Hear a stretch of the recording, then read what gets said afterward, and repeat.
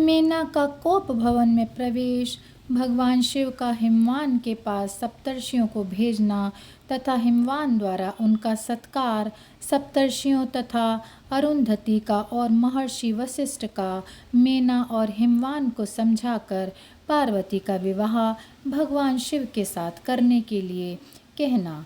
ब्रह्मा जी कहते हैं, ब्राह्मण रूपधारी शिव जी के वचनों का मेना के ऊपर बड़ा प्रभाव पड़ा और उन्होंने दुखी होकर पति से कहा, गिरिराज, इन वैष्णव ब्राह्मण ने शिव जी की जो निंदा की है उसे सुनकर मेरा मन उनकी ओर से बहुत खिन्न एवं विरक्त हो गया है। शैलेश्वर, रुद्र के रूप, शील और नाम सभी कुत्सित हैं। मैं उन्हें अपनी सुलक्षणा पुत्री कदापि नहीं दूंगी। यदि आप मेरी बात नहीं मानेंगे तो मैं निसंदेह मर जाऊंगी, अभी इस घर को छोड़ दूंगी अथवा विष खा लूंगी। पार्वती जी के गले में फांसी लगाकर गहन वन में चली जाऊंगी और तथा उसे महासागर में डुबो दूंगी, परंतु अपनी बेटी को रुद्र के गले में नहीं मरूंगी। ऐसा कहकर मेना तुरंत कोप भवन में चली गई और अपने हार को फेंक कर रोती हुई धरती पर लौट गईं। इधर भगवान शिव को इस बात का पता लगा। तब उन्होंने अरुंधति सहित सप्तर्षियों को बुलाया तथा मेना के पास जाकर उन्हें समझाने की आज्ञा दी। शिव जी का आदेश प्राप्त कर भगवान शिव को नमस्कार करके वे दिव्य ऋषि आकाश मार्ग से उस स्थान को चल दिए जहाँ हिमवान की नगरी थी। उस दिव्यपुरी को देखकर उन सप्तर्षियों को बड़ा विस्मय हुआ। वे हिमाचलपुरी की परस्पर प्रशंसा करते हुए सब ऐश्वर्यों से भरे पूरे हिमवान के घर जा पहुँचे। उन सूर्य तुल्य तेजस्वी सातों ऋषियों को दूसरे आकाश के रास्ते आते देख हिमवान को बड़ा विस्मय हुआ। वे बोले, ये 7 सूर्य तुल्य तेजस्वी मुनि मेरे पास आ रहे हैं। मुझे प्रयत्नपूर्वक इस समय उनकी पूजा करनी चाहिए। सबको सुख देने वाले हम गृहस्थ लोग धन्य हैं, जिनके घर पर ऐसे महात्मा पदार्पण किया करते हैं। ब्रह्मा जी कहते हैं, इसी समय वे मुनि आकाश से उतरकर पृथ्वी पर खड़े हो गए। उन्हें सामने देख हिमवान बड़े आदर के साथ आगे बढ़े और हाथ जोड़कर मस्तक झुकाकर उन सप्तर्षियों को प्रणाम करने के पश्चात उन्होंने बड़े सम्मान के साथ उन सबकी पूजा की तथा उन्हें आगे करके कहा, मेरा गृहाश्रम आज धन्य हो गया। यो कहकर उन्हें बैठने के लिए भक्तिपूर्वक आसन लगा दिया। जब वे आसनों पर बैठ गए तब उनकी आज्ञा लेकर हिमवान भी बैठ गए और वहाँ उन ज्योतिर्मय महर्षियों से इस प्रकार बोले। हिमवान ने कहा, आज मैं धन्य हूँ, कृतकृत्य हूँ, मेरा जीवन सफल हो गया। मैं लोक में बहुत से तीर्थों की भांति दर्शनीय बन गया, क्योंकि आप जैसे विष्णु रूपी महात्मा मेरे घर पधारे हैं। आप लोग पूर्ण काम हैं। हम दीनों के घरों में आपका क्या काम हो सकता है। तथापि मुझ सेवक के योग्य यदि कोई कार्य है तो कृपा पूर्वक उसे अवश्य कहें। उसे पूर्ण करने से मेरा जीवन सफल हो जाएगा। ऋषि बोले, शैलराज, भगवान शिव को जगत का पिता कहा गया है और शिवा जगन माता मानी गई हैं। अतः तुम्हें महात्मा शंकर को अपनी कन्या दे देनी चाहिए। हिमालय, ऐसा करके तुम्हारा जन्म सफल हो जाएगा तथा तुम जगत गुरु के भी गुरु हो जाओगे, इसमें कोई संशय नहीं है। मुनीश्वर, सप्तर्षियों का यह वचन सुनकर हिमवान ने दोनों हाथ जोड़ उन्हें प्रणाम करके इस प्रकार कहा। हिमालय बोले, महाभाग सप्तर्षियों, आप लोगों ने जो बात कही है उसे शिव की इच्छा से मैंने पहले ही मान रखा था, किंतु प्रभु, इन दिनों एक वैष्णव धर्मी ब्राह्मण ने आकर भगवान शिव के प्रति प्रसन्नतापूर्वक बहुत सी उल्टी उल्टी बातें बताई हैं। तभी से शिवा की माता का ज्ञान भ्रष्ट हो गया है। वे अपनी बेटी का विवाह उस योगी रुद्र के साथ नहीं करना चाहती। ब्राह्मणों, वे बड़ा भारी हट करके मैले कपड़े पहन के कोप भवन में चली गई हैं और समझाने पर भी समझ नहीं रही हैं। मैं भी उस वैष्णव ब्राह्मण की बात सुनकर ज्ञान भ्रष्ट हो गया हूँ। आपसे सच कहता हूँ, भिक्षुक रूपधारी महेश्वर को बेटी देने की मेरी भी अब कोई इच्छा नहीं है। ब्राह्मण जी कहते हैं, नारद, मुनियों के बीच में बैठे हुए शैलराज शिव की माया से मोहित हो उपर्युक्त बात कहकर चुप हो गए। तब उन सभी सप्तर्षियों ने शिव की माया की प्रशंसा करके मेना के पास अरुंधति को भेजा। पति की आज्ञा पाकर ज्ञानदायिनी अरुंधति देवी तुरंत उस घर में गईं जहाँ मेना और पार्वती थीं। जाकर उन्होंने देखा मेना शोकाकुल से आकुल होकर पृथ्वी पर पड़ी हैं। तब उन साध्वी देवी ने बड़ी सावधानी के साथ मधुर एवं हितकर बातें कहीं। अरुंधति जी बोली, साध्वी रानी मेना, उठो, मैं अरुंधति तुम्हारे घर में आई हूँ तथा दयालु सप्तर्षि भी पधारे हैं। अरुंधति का स्वर सुनकर मेनाक शीघ्र उठ गईं और लक्ष्मी जैसी तेजस्विनी उन पतिव्रता देवी के चरणों में मस्तक रखकर बोली। मेना ने कहा, अहो, हम पुण्य जन्मा जीवों को आज किस पुण्य का फल प्राप्त हुआ है कि हमारे घर में जगत सृष्टा ब्रह्मा जी की पुत्रवधू और ब्रह्मर्षि वशिष्ठ की पत्नी प्रधारी हैं। देवी, आप किस लिए आई हैं, यह मुझे बता दीजिए। मैं और मेरी पुत्री आपकी दासी के समान हैं, आप हम पर कृपा कीजिए। मेना के ऐसा कहने पर साध्वी अरुंधति ने उनको बहुत अच्छी तरह से समझाया बुझाया और उन्हें साथ लेकर वे प्रसन्नतापूर्वक उस स्थान पर आईं जहाँ वे सप्तर्षि विद्यमान थे। सप्तर्षिगण बातचीत में बड़े निपुण थे। उन सब ने भगवान शिव के युगल चरणार विंदों का स्मरण करके शैलराज को समझाना आरंभ किया। ऋषि बोले, शैलेंद्र, हमारा शुभ कारक वचन सुनो।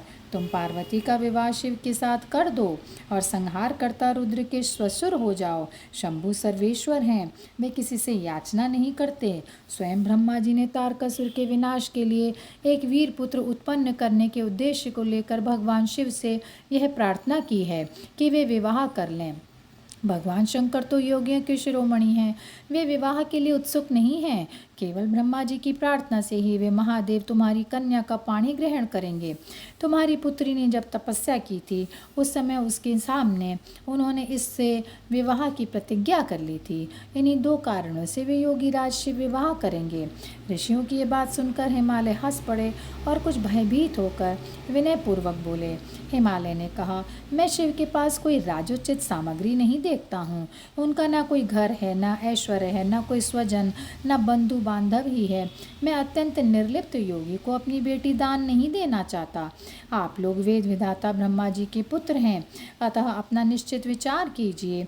जो पिता काम से, मोह से, भय से अथवा लोभ से किसी अयोग्य वर के हाथ में अपनी कन्या दे देता है वह मरने के बाद नरक में जाता है। अतः मैं स्वेच्छा से भगवान शूलपाणी को अपनी कन्या नहीं दूंगा। इसीलिए महर्षियों, जो उचित विधान हो उसे आप लोग कीजिए। मुनीश्वर नारद हिमाचल के इस वचन को सुनकर बातचीत करने में निपुण महर्षि वशिष्ठ ने उनसे यूं कहा। वशिष्ठ जी बोले, शैलेश्वर, मेरी बात सुनो। यह सर्वथा तुम्हारे लिए हितकारक, धर्म के अनुकूल, सत्य तथा इहलोक और परलोक में सुखदायक है। शैलराज, लोक तथा वेद में 3 प्रकार के वचन उपलब्ध होते हैं। शास्त्रज्ञ पुरुष अपनी निर्मल ज्ञान दृष्टि से उन सब प्रकार के वचनों को जानता है। एक तो वह वचन है जो तत्काल सुनने में बड़ा सुंदर प्रिय लगता है, परंतु पीछे वह असत्य एवं अहितकारक सिद्ध होता है। ऐसा वचन बुद्धिमान शत्रु ही कहता है, उससे कभी हित नहीं होता। दूसरा वह है जो आरंभ में अच्छा नहीं लगता, उसे सुनकर अप्रसन्नता ही होती है, परंतु परिणाम में वह सुख देने वाला होता है। इस तरह का वचन कहकर दयालु धर्मशील बांधव जन भी कर्तव्य का बोध कराता है।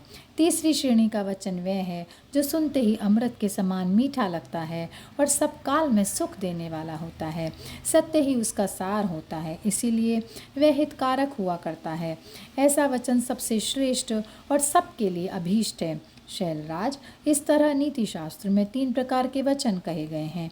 इन तीनों में से तुम्हें कौन सा वचन अभीष्ट है, बताओ, मैं तुम्हारे लिए वैसा ही वचन कहूँगा। भगवान शंकर संपूर्ण देवताओं के स्वामी हैं, उनके पास बाह्य संपत्ति नहीं है। इसका कारण यह है कि उनका चित्त एकमात्र ज्ञान के महासागर में मग्न रहता है। जो ज्ञानानंद स्वरूप और सबके ईश्वर हैं, उन्हें लौकिक बाह्य वस्तुओं की क्या इच्छा होगी। गृहस्थ पुरुष राज्य और संपत्ति से सुशोभित होने वाले वर को अपनी पुत्री देता है, क्योंकि किसी दीन दुखी को कन्या देने से पिता कन्या घाती होता है। उसे कन्या के वध का पाप लगता है। कौन जानता है कि भगवान शंकर दुखी हैं? कुबेर जिनके किंकर हैं, जो अपनी भ्रूभंग की लीला मात्र से संसार की सृष्टि और संहार करने में समर्थ हैं, जिन्हें गुणातीत परमात्मा और प्रकृति से परे परमेश्वर कहा गया है, सृष्टि पालन और संहार करने वाली जिनकी त्रिविध मूर्ति ही ब्रह्मा विष्णु और हर नाम धारण करती है, उन्हें कौन निर्धन अथवा दुखी कह सकता है? ब्रह्मलोक में निवास करने वाले ब्रह्मा, क्षीर सागर में रहने वाले विष्णु तथा कैलाशवासी हर, ये सब शिव की ही विभूतियां हैं। शिव से प्रकट हुई प्रकृति भी अपने अंश से 3 प्रकार की मूर्तियों को धारण करती है। जगत में लीला शक्ति से प्रेरित हो वह अपनी कला से बहुत सा रूप धारण करती है। समस्त वांग्मय की अधिष्ठात्री देवी वाणी उनके मुख से प्रकट हुई है और सर्व संपत स्वरूपिणी लक्ष्मी वक्षस्थल से आविर्भूत हुई हैं तथा शिवा ने देवताओं के एकत्र हुए तेज से अपने को प्रकट किया था और संपूर्ण दानवों का वध करके देवताओं को स्वर्ग की लक्ष्मी प्रदान की थी। देवी शिवा कल्पांतर में दक्ष पत्नी के उदर से जन्म ले सती नाम से प्रसिद्ध हुई और हर को उन्होंने पति के रूप में प्राप्त किया। दक्ष ने स्वयं ही भगवान शिव को अपनी पुत्री दी थी। सती ने पति की निंदा सुनकर योग बल से अपने शरीर को त्याग दिया था। वे ही कल्याणमयी सती अब तुम्हारे वीर और मेना के गर्भ से प्रकट हुई हैं। शैलराज, ये शिवा जन्म जन्म में शिव की पत्नी ही हैं। प्रत्येक कल्प में बुद्धि रूपा दुर्गा ज्ञानियों की श्रेष्ठ माता होती हैं। ये सदा सिद्ध सिद्धदायिनी और सिद्ध रूपिणी हैं।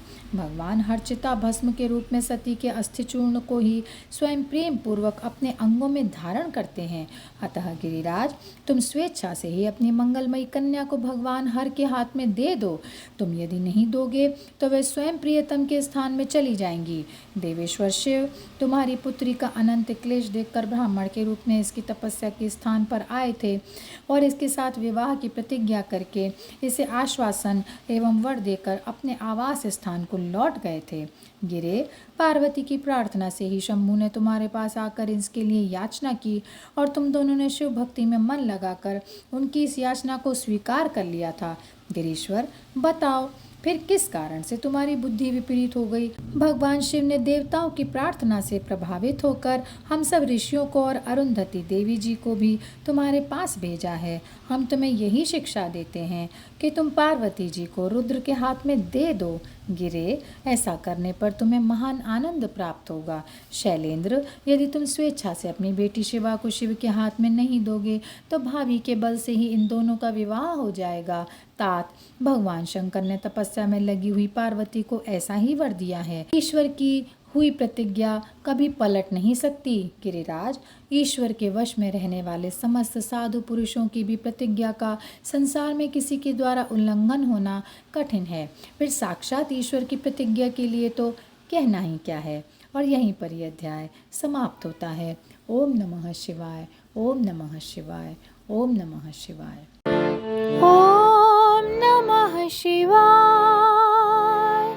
ओम नमः शिवाय, ओम नमः शिवाय, ओम नमः शिवाय, ओम नमः शिवाय, ओम नमः शिवाय, नमः शिवाय, नमः शिवाय, नमः शिवाय।